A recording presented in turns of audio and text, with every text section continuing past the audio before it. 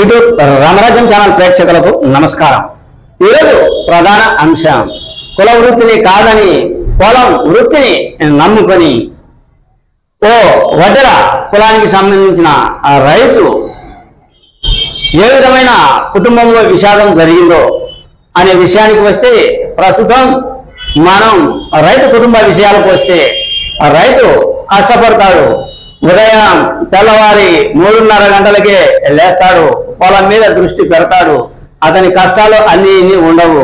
ప్రతి రైతుకు కష్ట నష్టాలు అనేటివి జరుగుతాయి. ఎక్కువ వర్షం వచ్చినా, తక్కువ వర్షం వచ్చినా, కరువు వచ్చినా, కాటకాలు వచ్చినా రైతు మీదనే దెబ్బ పడేది. ఆ రైతు నిరంతరం ఆ పొలాల్లో పంటలను పండించాలి అంటే మొత్తం కుటుంబం అంతా శ్రమపడి పంటలను పండించే ప్రయత్నం. అసలు ప్రస్తుత పరిస్థితుల్లో వ్యవసాయము అంటే అది ఒక జూదం మాదిరి. ఆ జూదంలో మనం విజయం సాధిస్తామో అపజయం సాధిస్తామో అర్థమే కాదు. ప్రతి రైతు దుస్థితి ఇదే విధంగా కొనసాగుతూ ఉంది. ఇది కొంతమంది పొలాన్ని నమ్ముకున్నటువంటి రైతుల పరిస్థితి. అయితే కొందరు ఆ పొలాన్ని నమ్ముకుని ఎక్కువగా ధనికులు కావచ్చు, మధ్యతరగతి కుటుంబం కావచ్చు, ఆ తర్వాత పెద్దలు కావచ్చు, వాళ్ళకే వ్యవసాయం అనేది దాదాపుగా అచ్చుబాటు అవుతుంది. కానీ వాళ్ళలో కూడా రైతులు ఎన్నో విధాలుగా వాళ్ళ కుటుంబాలు కూడా విషాద ఛాయలు వాళ్ళ కుటుంబాల్లో నెలకొన్నాయి. ఈ విషయాన్ని పక్కన పెడితే ఒక కుల వృత్తిని కాదని పొలాన్ని నమ్ముకొని ఒక వడ్డెర కులానికి చెందిన నాగేంద్ర జీవిత విషాద సంఘటన చోటు చేసుకుంది. అది ఎక్కడ అంటే పులివెందుల నియోజకవర్గం సింహాపురం మండలాన్ని ఏమంటారు అంటే పోతుగడ్డ అంటారు. ఈ పోతుగడ్డలో సింహాపురం మండలంలో ఒక గ్రామంలో, దిద్దుకుంట గ్రామంలో ఓ రైతు ఆత్మహత్య చేసుకోవడం జరిగింది. అది అటువంటి ఆత్మహత్య కాదు. మొత్తం కుటుంబంలో ఉన్నటువంటి భార్య, 2 పిల్లలను కూడా ఆయన తీసుకువెళ్ళాడు పై లోకానికి. ఈ సంఘటన మొత్తం పులివెందులలో పెద్ద చర్చాంశనీయం అయ్యింది. అసలు ఇంత దుర్ఘటన జరగడానికి ప్రధాన కారణం ఏమిటంటే అతను పొలాన్ని నమ్ముకోవడమే. కుల వృత్తిని నమ్ముకుంటే ఏదైనా బయట పడిందేమో అని నా అనుమానం. ఆ పొలాన్ని నమ్ముకోవడం వల్ల చాలా మంది బాగుపడినారు అనుకోండి. నేను రైతులు తప్పు పట్టడం లేదు. పొలాన్ని నమ్ముకోవడం వల్ల చాలా మంది బాగుపడినారు, చాలా మంది నష్టపోయినారు.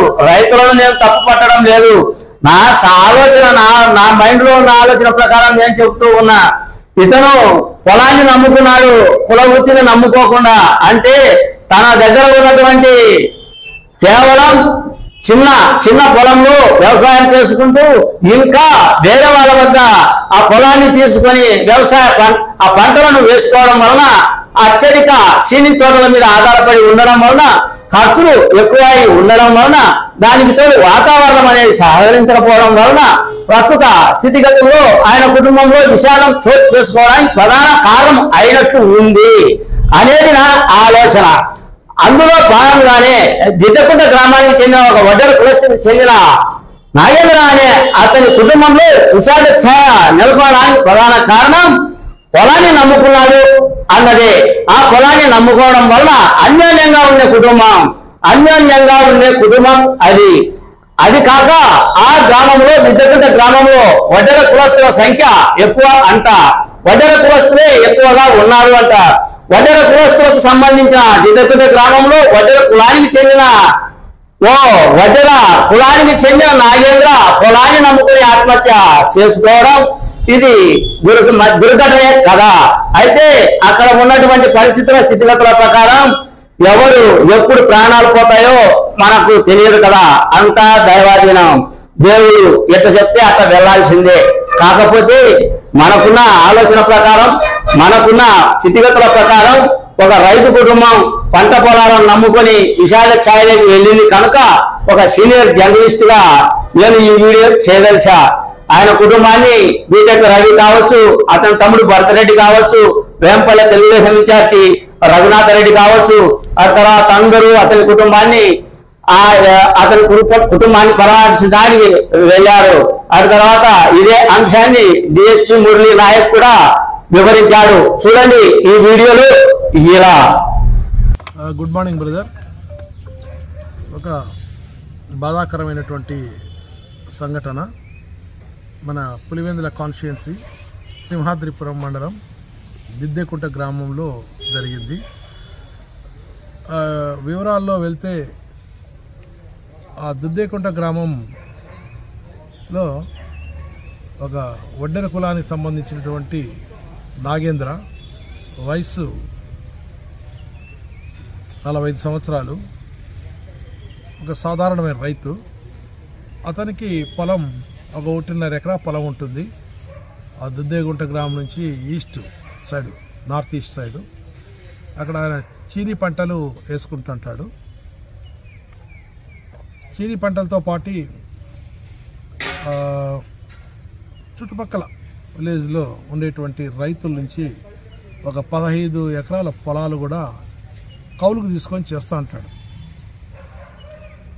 ఇందులో పంట సరిగా రాకపోవడము, కొద్దిగా అప్పులు ఎక్కువ కావడం జరిగింది. ముఖ్యంగా ఇతనికి ఒక కొడుకు ఉంటారు, ఒక కూతురు ఉంటారు. కొడుకు వచ్చి భార్గవ, 9th క్లాస్ చదువుతుంటాడు. అండ్ కూతురు కూడా 8th క్లాస్ చదువుతూ ఉంటుంది. Mandal headquarter సింహాద్రిపురంలో.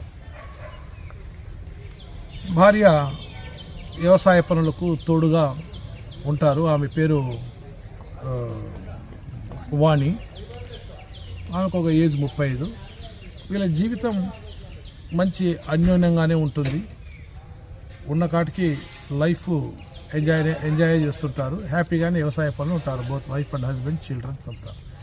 ఈ క్రమం జరిగేటువంటి దాంట్లో ఈ పక్కా విలేజ్ సంబంధించినటువంటి పొలాలు లీజుకి తీసుకొని పంట నష్టం రావడం వల్ల, పంట సరిగా రాకపోవడం వల్ల ఇతనికి కొద్దిగా అప్పులు అవుతాయి.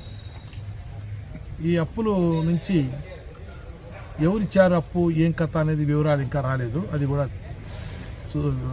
ఇన్వెస్టిగేషన్లో చూస్తాము.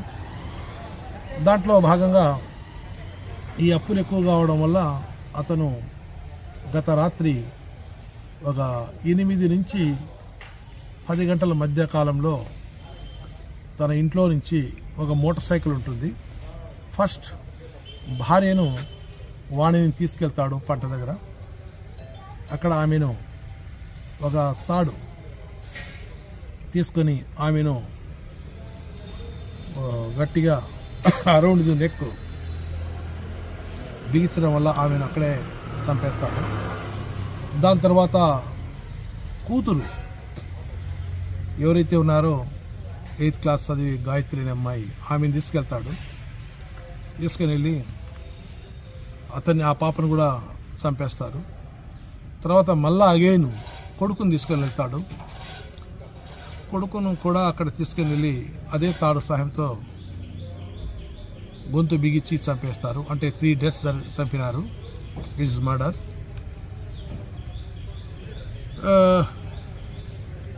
ఇంత కిరాతకంగా వ్యవహరించడం, పిల్లల పట్ల యముడు కావడం, భార్య పట్ల కాల యముడు కావడం, అతనే తన కుటుంబాన్ని చంపుకున్నాడు. ఫైనల్గా అతను కూడా అదే తాడుతోనే ఉరేసుకొని తనకు తాను అక్కడ కూడా చనిపోయాడు. అక్కడ